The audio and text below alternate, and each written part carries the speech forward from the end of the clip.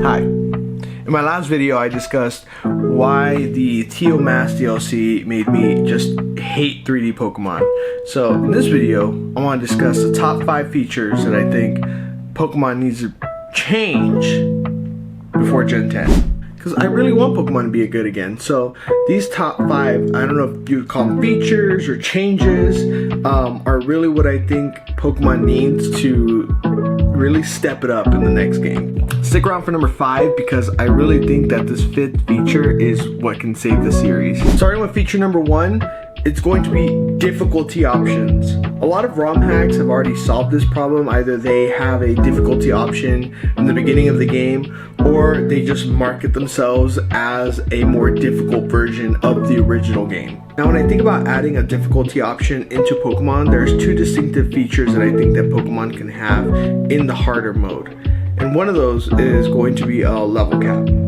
Now with the level cap, it's pretty straightforward. You can only be about 1 to 2 levels above the next boss. And I think that level caps work very well with experience share. Right now with experience share, you find yourself being almost 10 levels above most opponents in the video game. So with the level cap, you'll find yourself maybe having a team larger than 6 Pokemon. You know, you're meeting the cap so often that you go to the PC and just start training up some new Pokemon. I think it opens up more team build variety and it keeps that difficulty right there.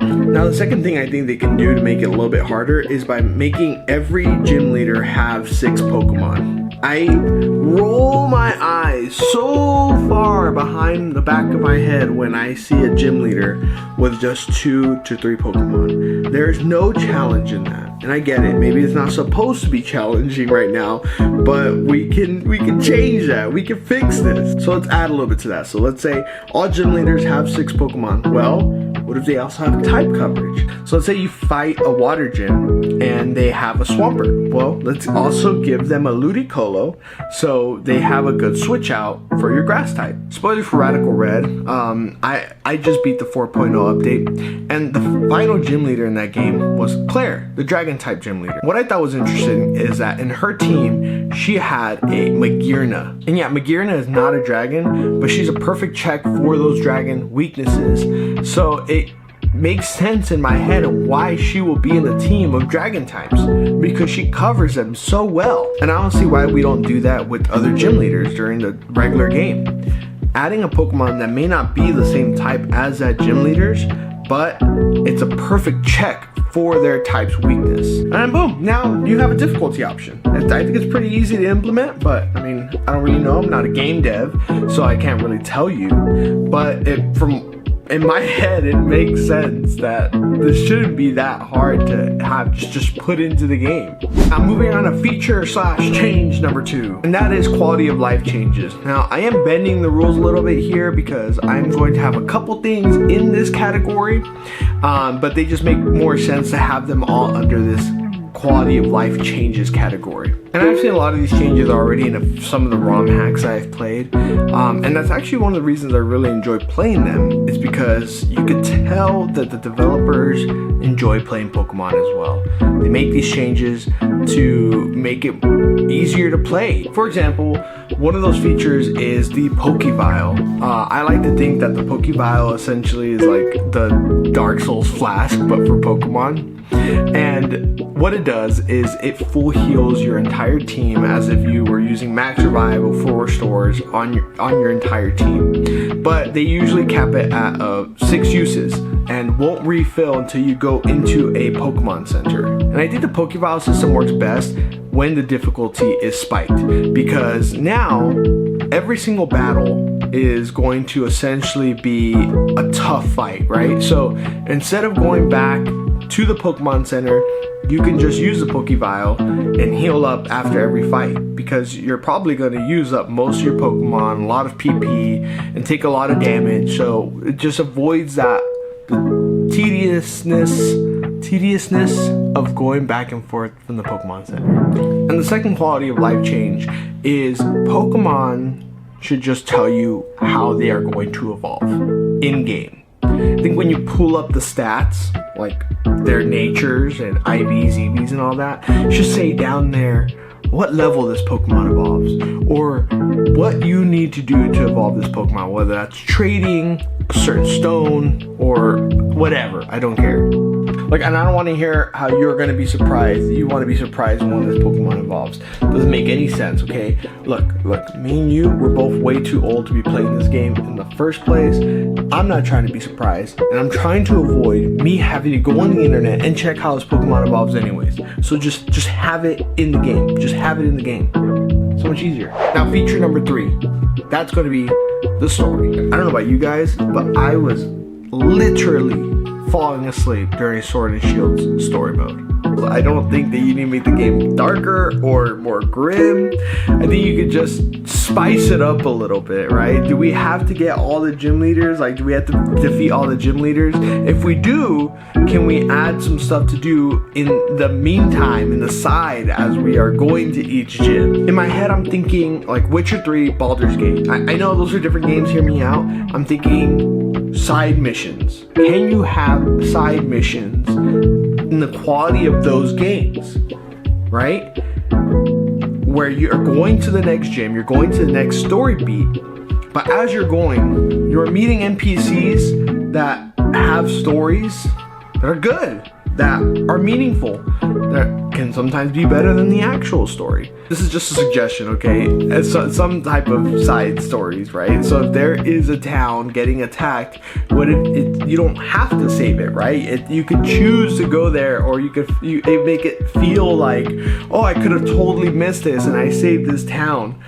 I just don't see why we can't implement something like that into the Pokemon. Like, is Game Freak really in such a time restraint that we have to regurgitate the same story over and over and over again? Spice it up a little bit. Add some good side story, side mission content. You can keep your freaking 8 gyms. I don't care, but I think you can still improve it. Feature number 4. If you saw my last video, you know that I'm very passionate about this, but I think that Pokemon needs voice acting. They needed it yesterday. They needed it when the Teal mask released. If the next Pokemon game is a 3D game and it does not have voice acting, I will not be buying it. I will not be buying it. And honestly, the next DLC is definitely not gonna have voice acting, but I already bought it, so I don't know, maybe I'll play through that still. I think we can all admit that scenes like Arven's in Scarlet and Violet would have hit so much harder if it had voice acting. And some people did comment in my last video that voice acting would be hard to implement because there's so many languages that you have to adapt the game to. And I can see where you're coming from with that, but you look at a game like Persona 5, for example. That game, it's a luxury that we have that in English. But Pokemon is not Persona 5. I don't think they need to have voice acting in every single scenario of the game. I think mostly just important cutscenes. And it's sad because those few scenes that don't have voice acting in the current Switch games really make the games feel cheap. They make them feel unfinished, not polished. And it's not that many scenes. It's examples like the Arven scene, right? Or like the Rose scene in Sword and Shield. If they just added some instances of voice acting, it would make the games just feel less crappy. Feature number 4, please add voice acting. It needs it. You're ready. You are ready, Game Freak. You can add voice acting. And now to feature number 5. I really think this feature can save the series. And if you guessed it, then you're a very, very cool person. And I will love your comment. It's sprites. It's sprites. Pokemon needs to go back to 2D sprites. We could tell that you're having difficulty making these 3D games every year. They're getting uglier, they're getting buggier, they're a mess. And Game Freak's been dropping games yearly for a really long time, and it just felt less noticeable when the games were 2D and on DS. And dropping 3D and going back to 2D means less time working on 3D models and more time working on a difficulty option or adding more story beats and story elements. And you don't really need voice acting as much in a 2D game.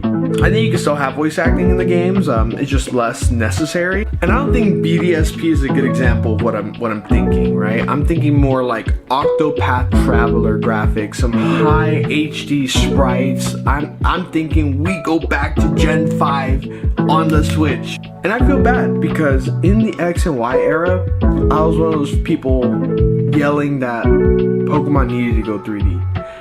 And I will admit now that I was wrong. We never needed to go 3D. We probably shouldn't have gotten 3D. And now it's time to go back. I think it's okay to go back. I think people will love it. I will love it. And I think we're all ready for it. Well, those are the top 5 things or features that I think Pokemon needs to implement for Generation 10. If you guys agree, please let me know. And if you have your own suggestions of what they could add, put it down in the comments down below. I'm just like one dude, so I don't really know. I would love to get your guys' feedback on that. And hopefully, one day, Pokemon can implement some of these things. Like, comment, and subscribe. I really appreciate it. Thank you so much, and have a great day.